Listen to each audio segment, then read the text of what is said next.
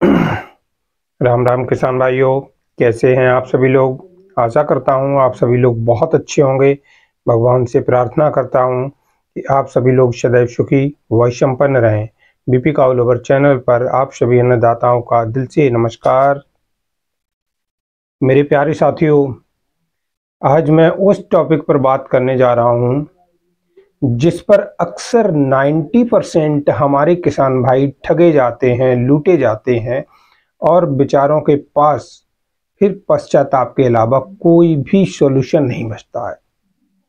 अक्सर देखा है कि जब भी कहीं किसी व्यापारी के पास हम भैंस खरीदने के लिए जाते हैं या किसी मेले में भैंस खरीदने के लिए जाते हैं तो हम खरीदने से पहले कौन कौन सी गलतियां करते हैं, आज मैं उन्हीं पर चर्चा करने वाला हूं। वीडियो बहुत इम्पोर्टेंट होने वाली है और ये वीडियो स्किप नहीं करना है, आपको लास्ट तक पूरा देखना है जिससे आप कहीं पर भी भविष्य में धोखा न खा सको, कहीं पर लूटे न जाओ, कहीं पर ठगे न जाओ। तो चलते सीधे वीडियो की तरफ। सबसे पहली गलती हम कौन सी करते हैं, जब भी भैंस खरीदने के लिए जाते हैं तो देखते हैं बहुत बड़ा सा अडर होना चाहिए भैंस का, बड़ा सा चारों तरफ फूला हुआ अडर होना चाहिए। ये हम देखते हैं, गलती करते हैं सबसे बड़ी। लेकिन आपने यही गलती आप जो कर रहे हैं कि जब ये भैंस बच्चा देगी, इसका प्रसव होगा, उस समय इस गाय को 90% थनैला हो जाएगा। ये हमें नहीं देखना है कि बड़े अडर वाली भैंस जो है वो अधिक दूध देगी, ऐसा नहीं होता है। जिसका सादा अडर होता है वो भैंस भी बड़े अडर वाली से अधिक दूध देती है। केवल फीडिंग का ध्यान रखना चाहिए हमें कि फीडिंग हमारी क्या है, हम कैसी उसका फीडिंग प्लान बनाए हुए हैं, उसी प्रकार से वो हमें दूध देगी।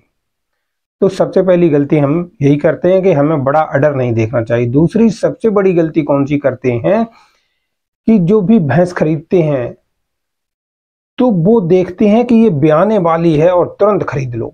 नहीं मेरे प्यारे साथियों, जब हम कोई भैंस खरीदते हैं तो हमें खुद अपनी आंखों से देखना चाहिए, अपने हाथ से दूध निकालना चाहिए उसका, हमारी भैंस है वो बच्चा दे चुकी है या नहीं। बच्चा दे उसके बाद में हमें भैंस खरीदनी चाहिए। बच्चा देने के बाद में हम किन किन चीज़ों का निरीक्षण कर सकते हैं। सबसे पहली बात ये होती है, हम उसके दूध का अच्छी तरीका से निरीक्षण कर सकते हैं।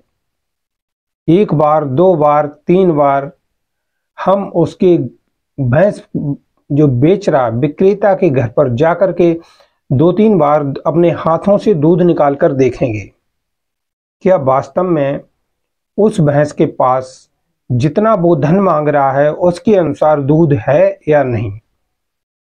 इसका अपने पैसे को ठीक तरीके से निवेश करने के लिए हम जो भी पैसा निवेश कर देते हैं तो बहुत जल्दीबाजी में करते हैं, चमक दमक में करते हैं, वो नहीं करना है।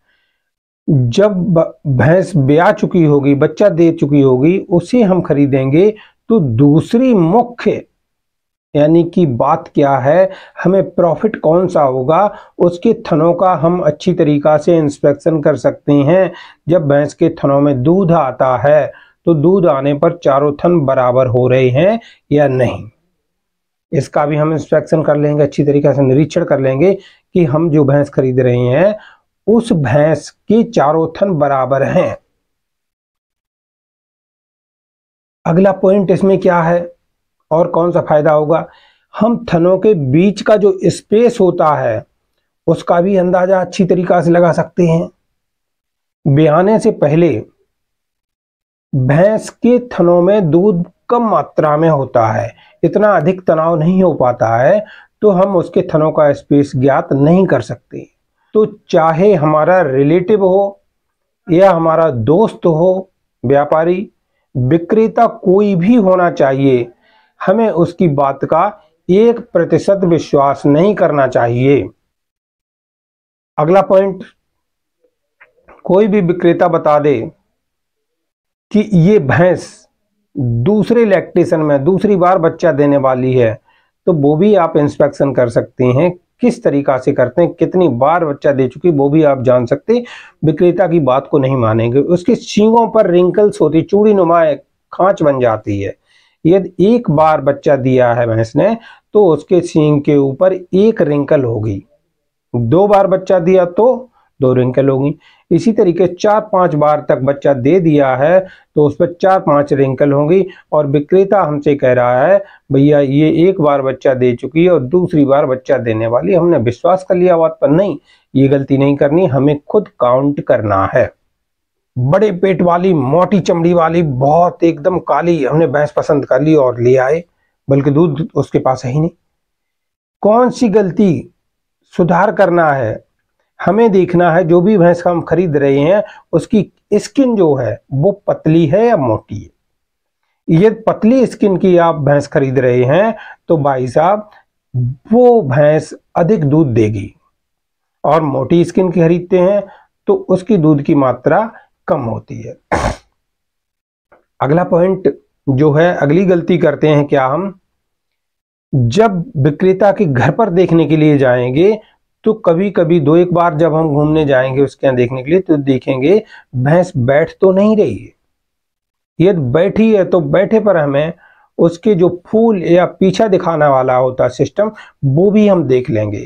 कि मेरे प्यारे साथियों, अगला पॉइंट जो है वो कौन सा है, हम उसके गोबर का निरीक्षण कर सकते हैं। जब भैंस को देखने के लिए मालिक के घर पर जाएंगे तो उसके गोबर को अच्छी तरीका से देखेंगे कि वास्तव में गोबर उसका जो है वो बिखर रहा है अच्छी तरीका से या नहीं, ऐसा तो नहीं चिपचिपा है। ये गोबर का भी निरीक्षण हो जाएगा उसके घर पर। कि भैंस जब भी हमें खरीदनी है तो उसके नीचे कटड़ी होनी चाहिए, कटरा नहीं।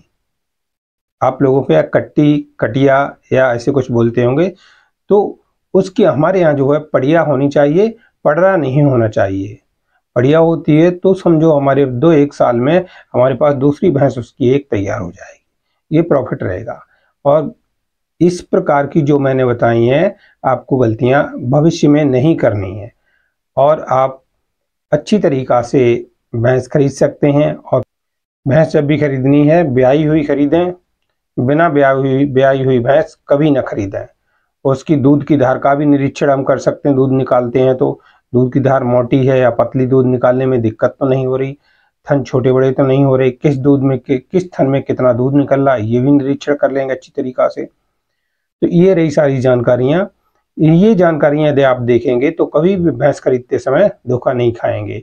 और ये इन केस ऑफ फ्यूचर आपके पशुओं को किसी भी प्रकार की कोई परेशानी होती है तो हमारा ये नंबर व्हाट्सएप नंबर चल रहा है स्क्रीन पर, इस पर आप 24 घंटे व्हाट्सएप करके अपनी समस्या का समाधान पा सकते हैं।